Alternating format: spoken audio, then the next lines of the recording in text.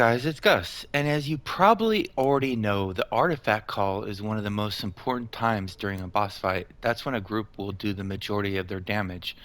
And we have a new mount power called the Calvary's Haste. And whenever you use a mount power, you reduce your cooldowns by 4 seconds. And if I don't know about other classes, but with wardens and rangers, we can use that in combination with tacticians.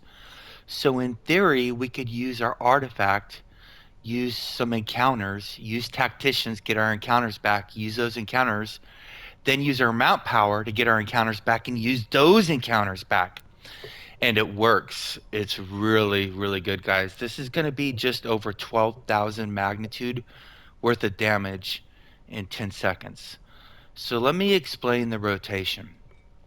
So what I'm going to do is I'm going to start with well, before the artifact, I'm going to go um, Thorn Strike, and then I'm going to use Split the Sky. And as soon as I can cast my artifact, I just happen to have Crystal because I know what the debuff looks like on the enemy. As soon as I can use my artifact, I'm going to use it, and I'm going to cast 3 melee encounters, and then I'm going to use my daily.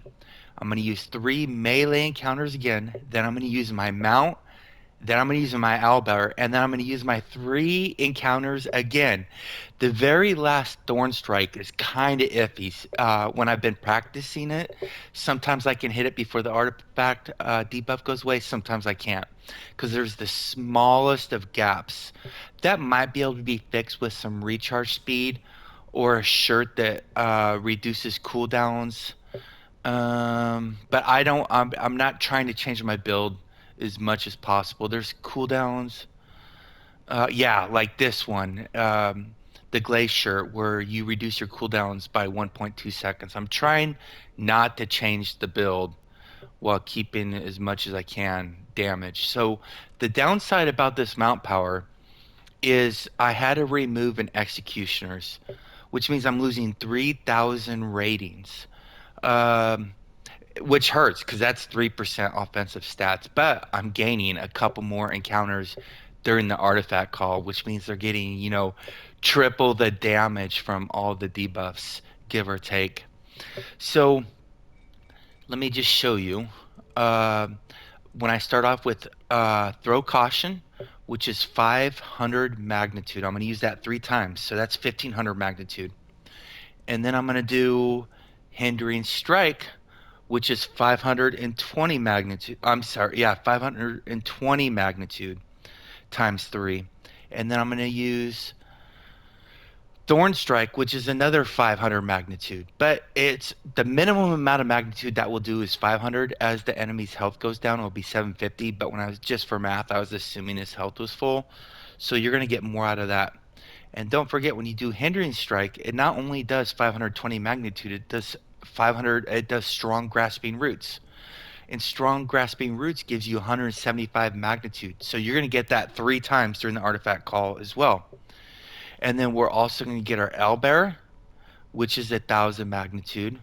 We're going to get our Mount, which is 3,000 magnitude. And I'm using Golden Touch because it casts instantly and doesn't cost me any cooldowns. Or I like Big B's hand takes quite some time to cast. And then the Hellfire, if I cast my mount at the end of the rotation, all 5 damage ticks won't occur during the artifact call. And then we're gonna be using our daily as well, which will be giving us 4 ticks times 250. Um, so that's 1,000. So we're getting a ton of magnitude, and that's not including any Bladestone damage. And since we're doing 9 encounters plus our Force Ghosts, which each hit counts as a melee attack, we're getting 13 attacks. And you have a 20% of those proccing additional damage. So this should be well over 12,000 magnitude worth of damage during the artifact call. Let me show it to you, and I might not get it perfect. And that 12,000 magnitude isn't including whatever damage your artifact does. This is just from your powers. I might mess it up a little bit. As you can see, I do this in one go. If I do, I'll start it again. So I'm gonna do again is in slow motion. I'm gonna do Thorn Ward, and then I'm going to do Split the Sky, and then I'm going to use my artifact, but I'm not going to use it.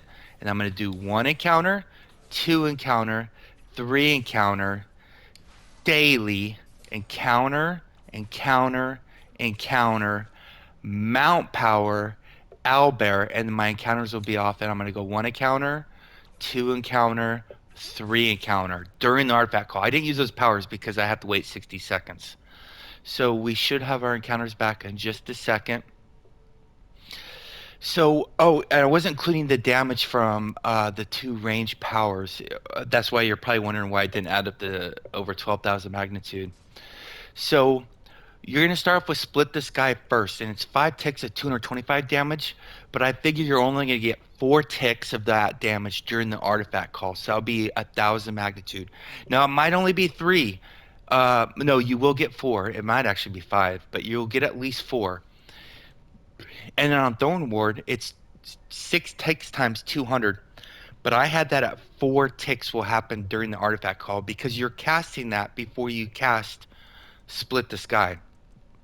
So 800 magnitude from this range encounter and 775 thousand magnitude from this range encounter during the artifact call.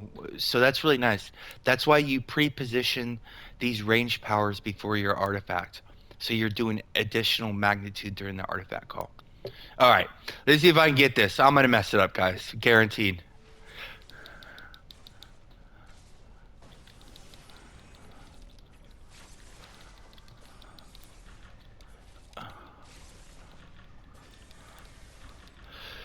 Artifacts up?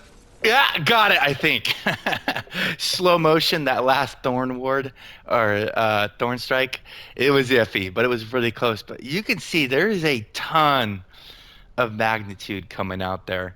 Now, in artifact calls, you don't always get 10 straight seconds to stand there and unleash hell, but sometimes you do, and you do. It's magical, especially if everybody else is using their encounter powers. So this is just a continuation of Sumei's original Warden build. Uh, Greatest video of Neverwinter in 2024. I'll link it again below if anybody has not seen it. But that is so much. It's very similar to his rotation, but when he made the video, we did not have Calvary's Haste yet. And to get Calvary's Haste, I'm using the new Glorious Undead mount that has Calvary Haste with a preferred slot. So that's what I'm using um, for it. And I removed an executioner. So now I got execution, menders, tacticians, assassins, and Calvary Haste. So I guess a plus is I'm not losing a bunch of defensive stats anymore because executioners, you lose a ton of defensive stats or ratings. So I'm getting those back. So it's not all bad. But 9 encounters, a daily, a mount power, and your tool belt item all during one artifact. That's not bad. I don't know how the other classes do. I imagine the Hunter is very similar to the Warden, but I've been playing on the Warden almost exclusively for the last couple months. So that's all I got for just the Warden so far. But I imagine other classes will post some videos on this new Mount Insignia power, Calvary's Haste, quite soon. If you got any questions, comments, or something I might have overlooked, please comment below. Stay classy, Neverwinter. See you soon.